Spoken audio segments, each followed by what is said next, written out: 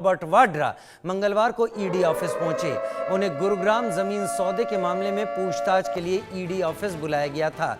इसके लिए उन्हें नए समन भेजे गए थे, जिसके बाद वो ईडी ऑफिस पहुंचे। आपको बता दें कि गुरुग्राम में जमीन को लेकर एक डील हुई थी। इस डील में कुछ गड़बड़ी की आशंका जताई गई।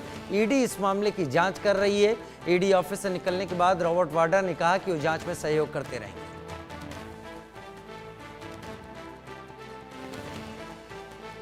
जैसा कि आप देख सकते हैं तस्वीरों में, कांग्रेस के वरिष्ठ नेता प्रियंका गांधी वाड्रा के हस्बैंड रॉबर्ट वाड्रा अब पहुंच चुके हैं ईडी मुख्यालय के बाहर, और जल्द ही वो अब जो हैं ईडी मुख्यालय में यहाँ पेश होंगे। तो हम उनसे बात करने की कोशिश करेंगे और जानेंगे किस मामले में उन्हें बुलाया गया है। आपको फिर से समन किया गया है सर? बहुत अच्छी बात है। ठीक है सर, किस मामले में बुलाया है? वही पुराने केस है, घिसे बैठे। जब भी उनको लगता है कि डाइग्रेस करना है मेन इशू से या जो भी है, तब मेरे को बुलाया जाता है। कोई ऐसी बात नहीं है। सर, आज आप पैदल ही चलते हुए आए हैं? हाँ जरूर, ये लोगों की इच्छा थी कि मैं पैदल जाऊं और लोगों के साथ रहूं, और लोग चलना चाह रहे थे मेरे साथ, उनको रोक दिया गया, पर मैं ठीक हूँ, मैं सहमत हूँ। तो अभी हम फिलहाल मौजूद हैं ईडी यानी कि प्रवर्तन निदेशालय हेडक्वार्टर्स के ठीक बाहर, और आज से जुड़ी दो बड़ी खबरें कांग्रेस पार्टी के लिए यहीं से निकली। क्योंकि सबसे पहले सुबह सुबह कांग्रेस के जो नेता हैं राहुल गांधी और सोनिया गांधी, तो सोनिया गांधी के जो दामाद हैं रॉबर्ट वाड्रा, उनको क्वेश्चनिंग के लिए ईडी ने समन किया था। दूसरी समन उनको भेजी गई थी और आज अपीयर होने के लिए कहा गया था ईडी के समक्ष। तो रॉबर्ट वाड्रा आज सुबह करीब 11 बजे ईडी के दफ्तर पहुंचे थे। 2018 में जो एक केस रजिस्टर की थी गुरुग्राम पुलिस ने सिकोपुर लैंड डील को लेकर, जिसमें आरोप था कि करीब 3.5 एकड़ की जो जमीन है वो रॉबर्ट वाड्रा की कंपनी स्काईलाइट ने खरीदी थी ओमकारेश्वर प्रॉपर्टीज से, और वो प्रॉपर्टी करीब 7.5 करोड़ के दाम पर खरीदी गई थी। हालांकि उसके कुछ दिनों बाद ही रॉबर्ट वाड्रा ने उस जमीन को डीएलएफ यानी कि रियल एस्टेट की जो सबसे बड़ी कंपनी है, बड़ी कंपनियों में से एक है, उनको बेच दी थी 58 करोड़ रुपए की कीमत पे।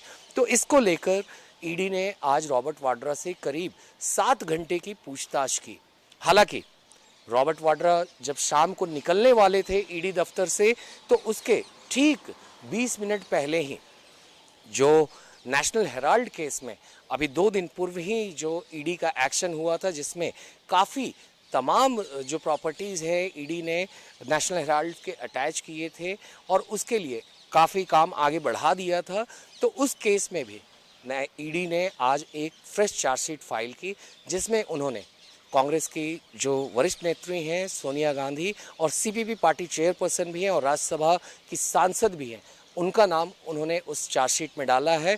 उनके अलावा उनके बेटे और नेता विपक्ष लोकसभा में राहुल गांधी का भी नाम इस चार्जशीट में डाला गया है। अगर हम इन दोनों बड़े नेताओं के अलावा अगर बात करें, तो सुमन दुबे और सैम पित्रोदा का नाम भी ईडी ने अपने चार्जशीट में शामिल किया है। तो ऐसे में आने वाले दिनों में कांग्रेस के लिए और ख़ास तौर पे गांधी परिवार के लिए ये कहना गलत नहीं होगा कि उनके लिए मुश्किलें बढ़ने वाली हैं। तो ऐसे में अब आखिर कांग्रेस का जिस तरह से अभी रिएक्शन आया, कांग्रेस के जयराम रमेश जो कि पार्टी के कम्युनिकेशन इंचार्ज है, उन्होंने एक ट्वीट किया और उन्होंने बताया कि किस तरह से नेशनल हेराल्ड की जो प्रॉपर्टी ईडी द्वारा अटैच की गई है वो किस तरह से एक बहुत बड़ा हमला है, और वो भी रूल ऑफ लॉ के अंदर मैस्करेड करते हुए ये सारी जो एक्शन है सरकार नेशनल हेराल्ड में ले रही है। वहीं उन्होंने सोनिया गांधी और राहुल गांधी के नाम को जिस तरह से ईडी ने चार्जशीट में डाला है, उस पर भी उन्होंने हमला किया कि ये एक पॉलिटिकल वेंडेटा है, और इसमें साफ तौर पे प्रधानमंत्री नरेंद्र मोदी और अमित शाह पे भी उन्होंने आरोप लगाया। हालांकि जयराम रमेश ने यह भी कहा कि कांग्रेस पार्टी इन सारी चीज़ों से डरने वाली नहीं है, और वो इसका जो लड़ाई है, ये जो बड़ी लड़ाई जयराम रमेश ने जिसको बताया, उन्होंने कहा कि इस लड़ाई को वो कानूनी तौर पे लड़ेंगे भी और जीतेंगे भी। तो साफ तौर पे कांग्रेस जो है उसने इस पूरे मामले पर अब कमर बांध ली है। हालांकि जो पार्टी सूत्रों से हमें पता चल रहा है कि कांग्रेस की तरफ से आखिर कोई और स्टेटमेंट कब जारी होगा, तो कांग्रेस के सूत्र बता रहे हैं कि जो पार्टी के लीगल डिपार्टमेंट हैं उनसे प्रॉपर डिस्कशन होने के बाद ही कोई प्रॉपर एक स्टेटमेंट आएगा, या फिर जो पार्टी के वरिष्ठ नेता हैं जैसे कि अभिषेक मनु सिंघवी जो लीगल सेल के चेयरपर्सन भी हैं कांग्रेस पार्टी के, उनसे डिस्कस होने के बाद ही कोई एक बड़ी प्रेस कॉन्फ्रेंस कांग्रेस पार्टी आयोजित कर सकती है या फिर एक कोई बड़ी स्टेटमेंट जारी कर सकती है।